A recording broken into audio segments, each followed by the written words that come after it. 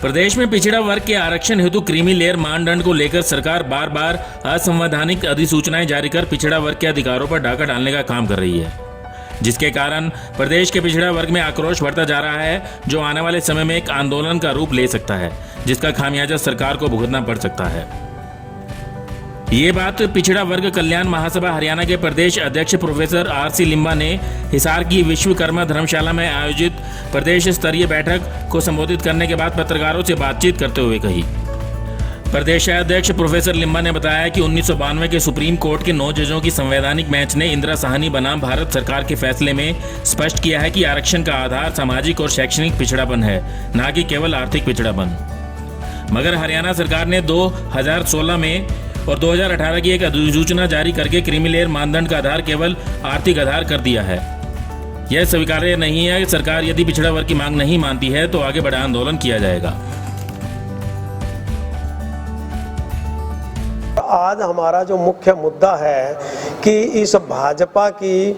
मनोहर लाल खट्टर सरकार की जो हठ धर्मिता है और बार बार सुप्रीम कोर्ट और हाई कोर्ट की जो अवमानना ये सरकार कर रही है, उसके ऊपर विचार विमर्श करने के लिए किया गया है। मैं यहाँ पर बताना चाहूँगा कि पिछड़ा वर्ग को जो आरक्षण है वो बीपी मंडल की सिफारिशों के आधार पर 1993 से मिला था और 1990 में इन सिफारिशों को जो लागू करने का आदेश हुआ, लेकिन 1992 के अंदर सुप्रीम कोर्ट की 9 जजों की संवैधानिक बेंच ने एक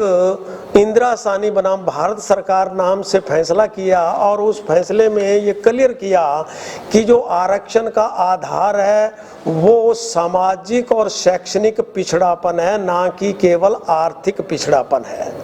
और 1993 से केंद्र सरकार की सभी प्रकार की नौकरियों में और 1995 से हरियाणा की जो नौकरियां और दाखिलों के अंदर जो है बच्चों को 27% आरक्षण मिल रहा है। हरियाणा में 16% BCA को और 11% BCB को क्लास 3 और 4 में मिलता रहा है। एक क्लास 1 और 2 के अंदर हरियाणा में पिछड़ा वर्ग के साथ भेदभाव हुआ और केवल 10% ही दिया, ए और बी दोनों को मिला के। 2014 के अंदर जो है इसको 10 और 5 कर दिया गया। 12% आज भी जो बैकवर्ड का कोटा है वो कहीं न कहीं ये सरकारें जो हैं वो किसी षड्यंत्र के तहत इनको जो छीन रही है सरकार। हमारी जो सबसे बड़ी लड़ाई है आज, इस खट्टर सरकार ने जो भारत सरकार के DOPT मंत्रालय, राष्ट्रीय पिछड़ा वर्ग आयोग की सिफारिशें और सुप्रीम कोर्ट के इंदिरा साहनी केस की उल्लंघना करते हुए 17 अगस्त 2016 को एक नोटिफिकेशन निकाल करके और तत्कालीन जो आय की सीमा है 6 लाख की थी उसको 0 से 3 और 3 से 6 में कर दिया मन मर्जी से, जिसको और 2 साल तक इस नोटिफिकेशन को दबा करके रखा गया और जून 2018 के अंदर इसको लागू कर दिया गुप्त रूप से। और उसमें जो पिछड़ा वर्ग के बच्चे बहुत से प्रभावित हुए, विशेषकर मेडिकल और IIT के, तो उन बच्चों के थ्रू हाई कोर्ट में इस नोटिफिकेशन को चैलेंज किया गया, जिसका 7 अगस्त 2018 को हाई कोर्ट ने रिजेक्ट करते हुए सरकार को कहा कि ये अनकॉन्स्टिट्यूशनल है और मेडिकल काउंसलिंग भी रद्द कर दी गई थी और दोबारा से काउंसलिंग जो है एग्जिस्टिंग रिजर्वेशन पॉलिसी के आधार पर करने का आदेश दिया। हरियाणा सरकार हाई कोर्ट के फैसले के खिलाफ सुप्रीम कोर्ट में चली गई, लेकिन सुप्रीम कोर्ट से कोई स्टे ना मिलने के कारण 28 अगस्त 2018 को आनन फानन में एक ही घंटे में एक नया नोटिफिकेशन इस आधार पर निकाल दिया कि एडवोकेट जनरल ने जो है ये एडवाइस किया है, सुझाव दिया है कि 6 लाख की जो सीमा है उसको ऑल सोर्स ऑफ इनकम कर दिया, यानी उसमें कर्मचारियों की सैलरी आए, किसानों की कृषि आए और जो कुशल श्रमिक हैं उनकी जो आय को भी इसमें शामिल कर दिया। इससे हमारे चतुर्थ श्रेणी तक के जो कर्मचारी है उनके बच्चे आरक्षण के दायरे से बाहर कर दिए गए। मैं सरकार से ये पूछना चाहता हूँ कि जो केंद्र सरकार सुप्रीम कोर्ट, राष्ट्रीय पिछड़ा वर्ग आयोग ने जो पॉलिसी बनाई, एक लंबी जो रिसर्च के बाद ये क्रीमी लेयर और नॉन क्रीमी लेयर का जो है क्राइटेरिया अपनाया था, क्या हरियाणा भारत का अंग नहीं है? क्या हरियाणा किसी दूसरे देश का प्रदेश है? जो पूरे देश की सभी राज्यों में और केंद्र सरकार की सर्विसेज के अंदर जो नियम लागू है, क्या वो हरियाणा के ऊपर लागू नहीं हो सकता? ये खट्टर सरकार पिछड़े वर्ग के आरक्षण को खत्म करने के उद्देश्य से बार बार सुप्रीम कोर्ट की अवमानना कर रहे हैं, हाई कोर्ट की अवमानना कर रहे हैं और असंवैधानिक नोटिफिकेशन निकाल रहे हैं। महासभा के महासचिव भारती इंद्र सिंह जाजनवाला ने चेतावनी देते हुए कहा कि यदि सरकार इसी तरह पिछड़ा वर्ग विरोधी रवैया अपनाती रही तो महासभा कानूनी लड़ाई के साथ साथ प्रदेश के सभी हलकों में सरकार के खिलाफ जन जागरण अभियान चलाएगी। आज हमारी प्रदेश स्तरीय कार्यकारिणी की बैठक हुई क्रीमी लेयर के मुद्दे को लेकर के, और यहाँ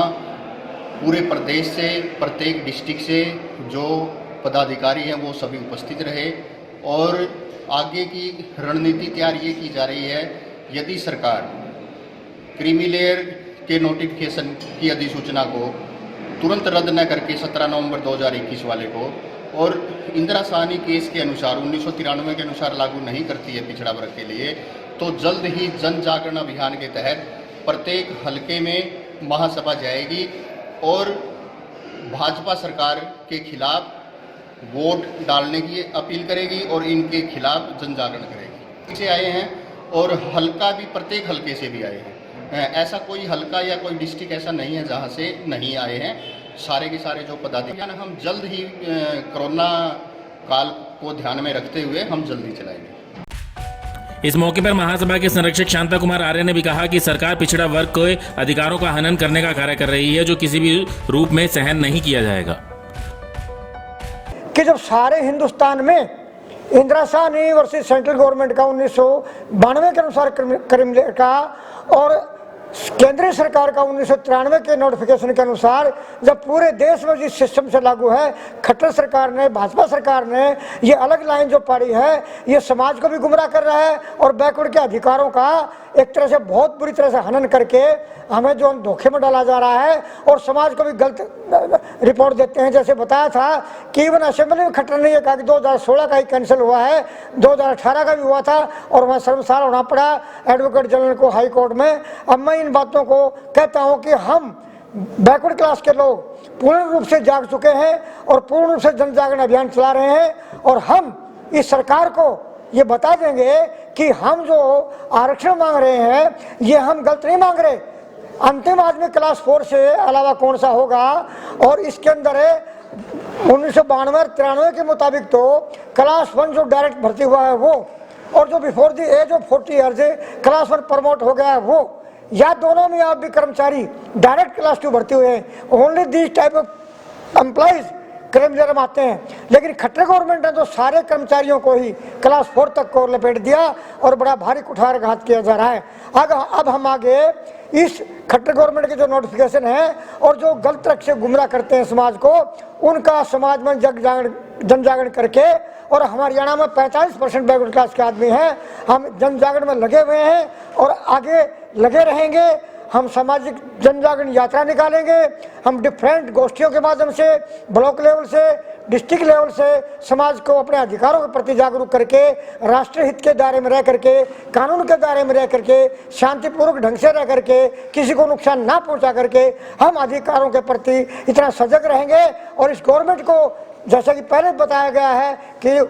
2014 में भी, 2019 में भी बनाया, सेंटर में भी, स्टेट में भी, हम बता देंगे कि हरियाणा गवर्नमेंट को जो आज भी जो मेजोरिटी नहीं है इसकी 2019 में, और आगे भी जो 10 का आंकड़ा नहीं पकड़ पाएंगे, इतना हम बैकवर्ड समाज को जगा देंगे और बैकवर्ड समाज पूरा का पूरा इस मौजूदा सरकार को बता देगा कि हम जन जागरण करके अपने अधिकारों के लिए रात दिन काम करेंगे। ब्यूरो रिपोर्ट, नई ताजा न्यूज, हिसार। लेटेस्ट वीडियोस के लिए सब्सक्राइब करें हमारा चैनल नई ताजा न्यूज और दबाएं बेल आइकॉन ताकि आप मिस न करें कोई भी अपडेट।